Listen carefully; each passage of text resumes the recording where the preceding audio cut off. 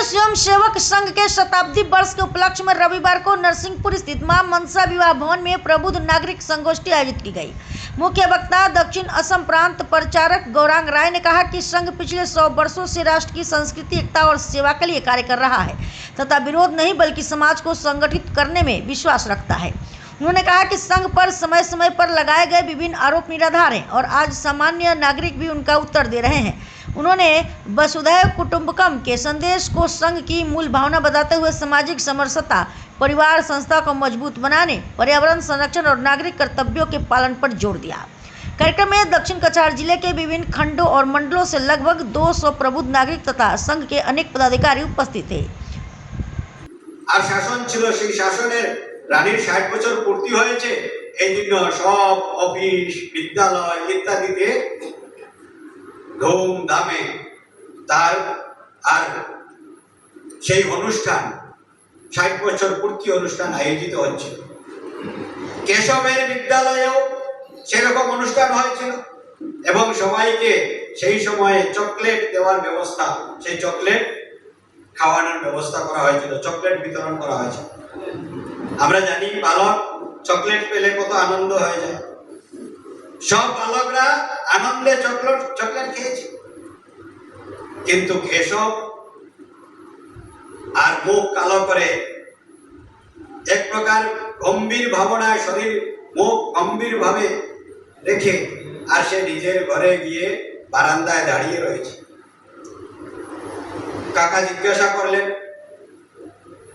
কি তোমাকে কি চকলেট দেওয়া হয়নি?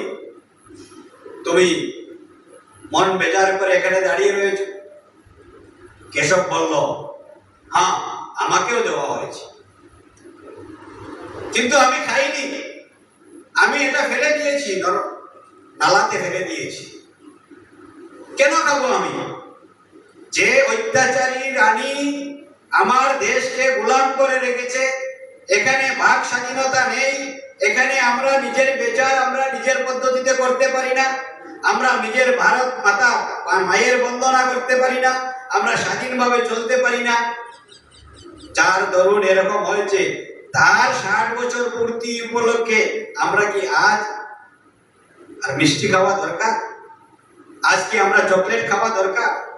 এটা কি কোনো স্বাভিমানী মানুষের লক্ষণ হতে পারে? আমি তাই মিঠাই খেয়ে আমি চকলেট খাইনি, আমি ফেলে দিয়েছি।